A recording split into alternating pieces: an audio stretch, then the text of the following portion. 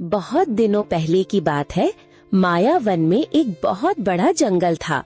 उस जंगल में झुमकी नाम की एक माँ बंदरिया अपने 2 बच्चों के साथ रहा करती थी। बच्चों में से बड़े का नाम था गप्पू और छोटे का नाम टप्पू था।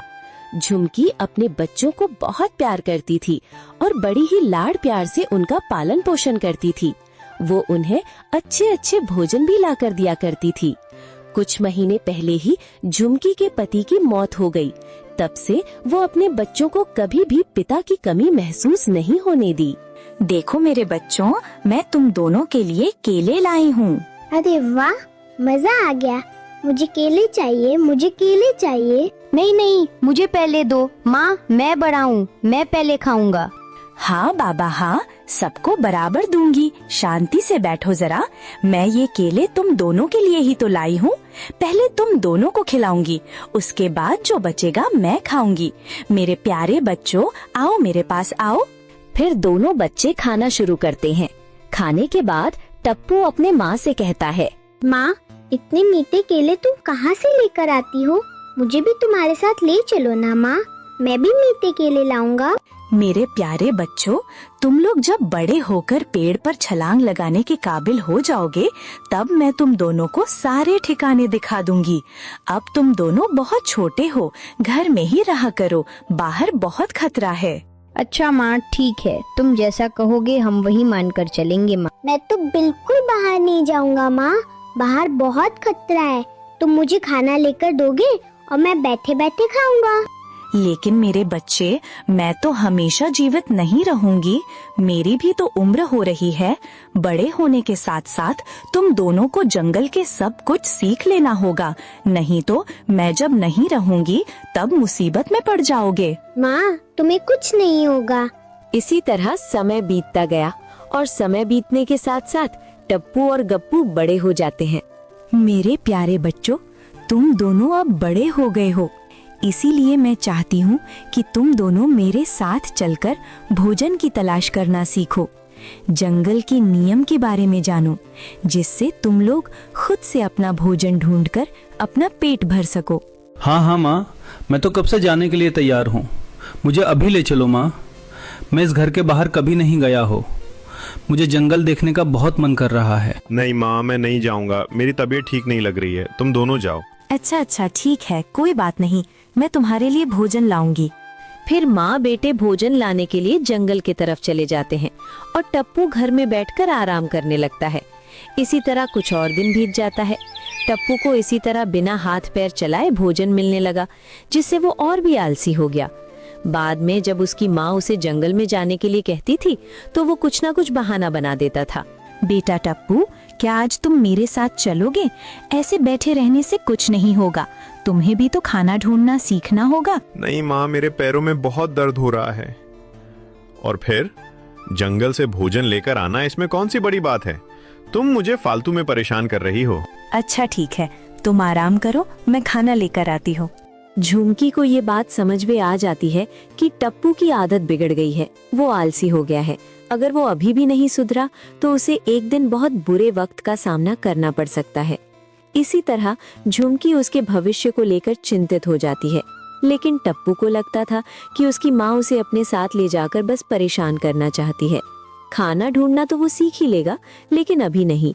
इसी बीच एक दिन झुमकी की मौत हो जाती है। दोनों भाई माँ के पास खड़े होकर बहुत रोने लगते हैं।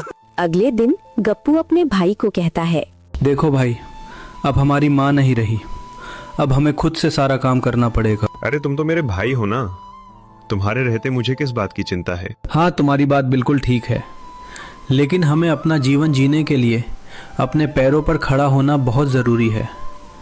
मैं कब तक तुम्हारा साथ दूंगा? अरे भैया, ज्यादा ज्ञान मत दो। जंगल से मेरे खाने के लिए कुछ भोजन लाते हो तो तुम इसीलिए अपने आप को बड़ा महान समझने लगे हो।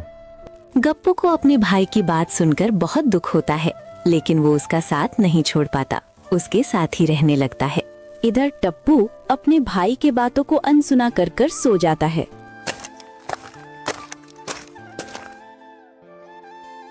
अरे टप्पू, उठ जाओ, देखो आज मैं तुम्हारे लिए आम लेकर आया हूँ।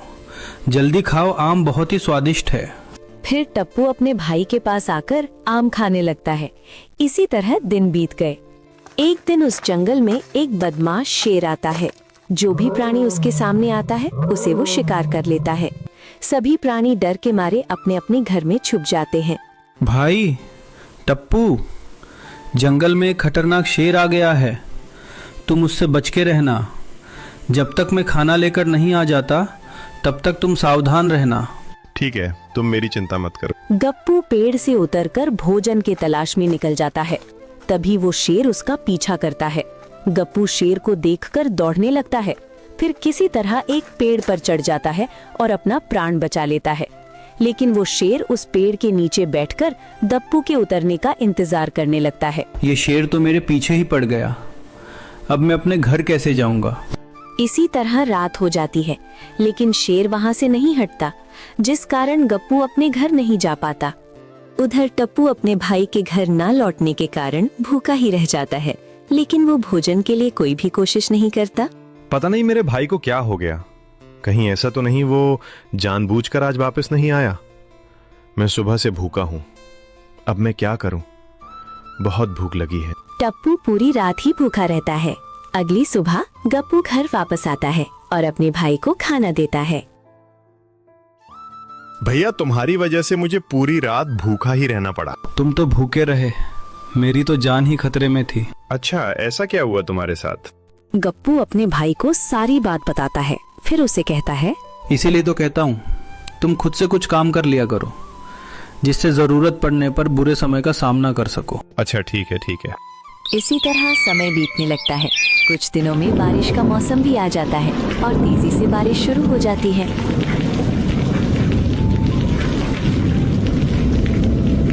भैया, बहुत भूख लगी है, कुछ खाना लाकर दो ना, रहा नहीं जा रहा है। मैं क्या कर सकता हूँ, बारिश थमने का नाम ही नहीं ले रही। हम बारिश में खाना लाने के लिए जा नहीं सकते हैं, माँ ने कहा था। आंधी तूफान या तेज बारिश होने लगे तो घर से बाहर नहीं निकलना, जान को खतरा हो सकता है।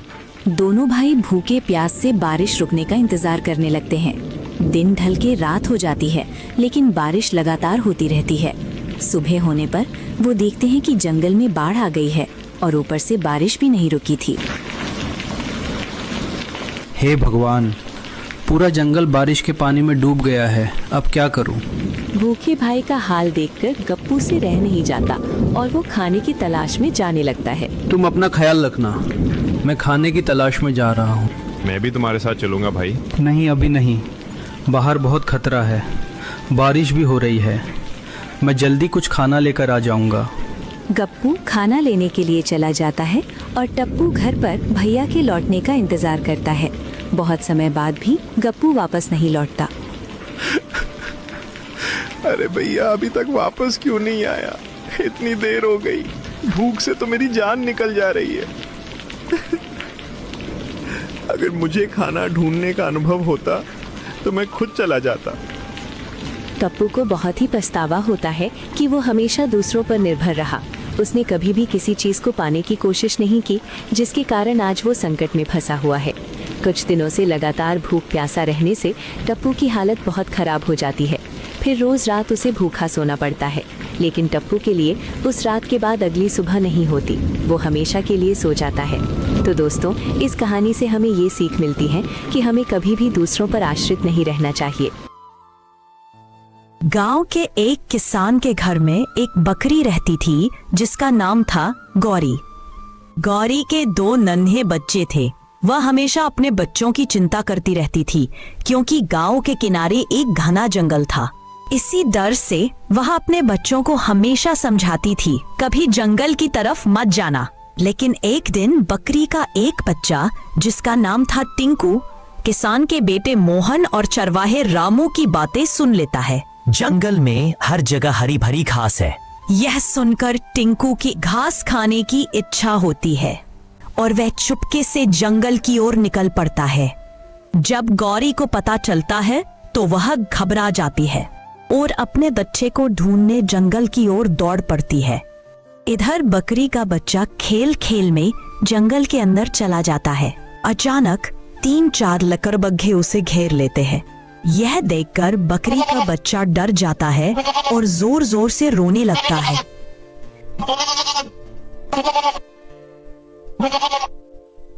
लकड़बग्घे हंसने लगते हैं। वाह, क्या मजेदार शिकार मिला है।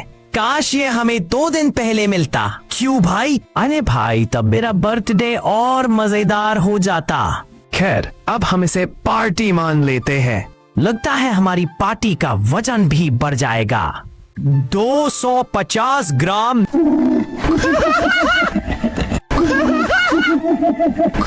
तभी माँ बकरी वहाँ पहुँच जाती है।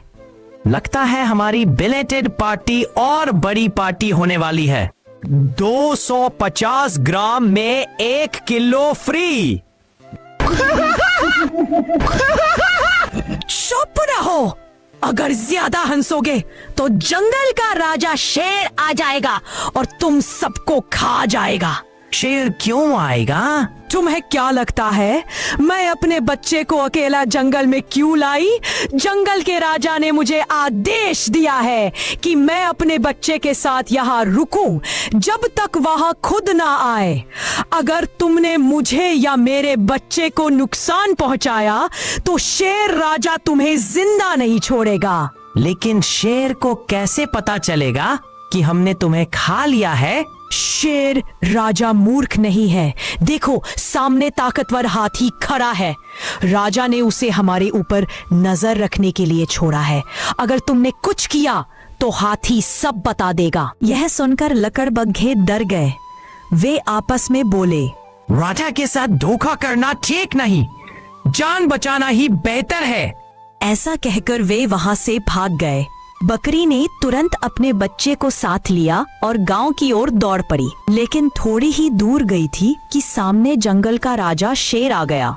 शेर ने टिंकू डरकर माँ के पीछे छिप गया। बेवकूफ बकरी, क्या तुम खुद को मेरा दोस्त समझती हो जो मजे से जंगल में घूम रही हो? रुक जाइए शेर महाराज, नहीं तो आपके दोस्त को गुस्सा आ जाएगा। क्या बात कर रही हो मेरा दोस्त? महाराज, मैं आपकी दोस्त की बात कर रही हूँ। बकरी, ज्यादा चालाकी मत दिखा। कहाँ है मेरा दोस्त? शेर महाराज, मैं तुम्हारी वाघ दोस्त की ही बात कर रही हूँ।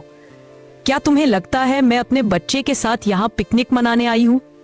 तुम्हारी वाघ दोस्त ने मुझे पकड़ा है और कहा है कि जब तक वह लौट कर ना आए तब तक मैं यही रहूं। अरे बकरी, मैं क्यों तेरी बात मानूं? मत मानो, लेकिन जब वाघ दोस्त गुस्से में आएगा तो मुझे दोष मत देना। अगर फिर भी विश्वास ना हो तो कौवे से पूछ लो। वाघ ने उसे मेरे ऊपर नजर रखने के लिए छोड़ा है। वह कहीं नहीं जाएगा, वाघ का आदेश है। शेर ने जोर से दहाड़ लगाकर कौवे को डराना चाहा।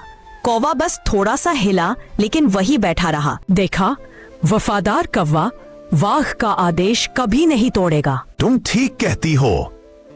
कौवा सचमुच तुम्हारी रखवाली कर रहा है। ठीक है, मैं जा रहा हूँ। इतना बोलकर शेर वहां से चला गया। बकरी ने मौका देखकर अपने बच्चे को लेकर गांव की ओर दौड़ लगा दी। लेकिन तभी उसके सामने वाघ आ गया। अरे क्या बात है, आज 2 बकरियां एक के साथ एक फ्री।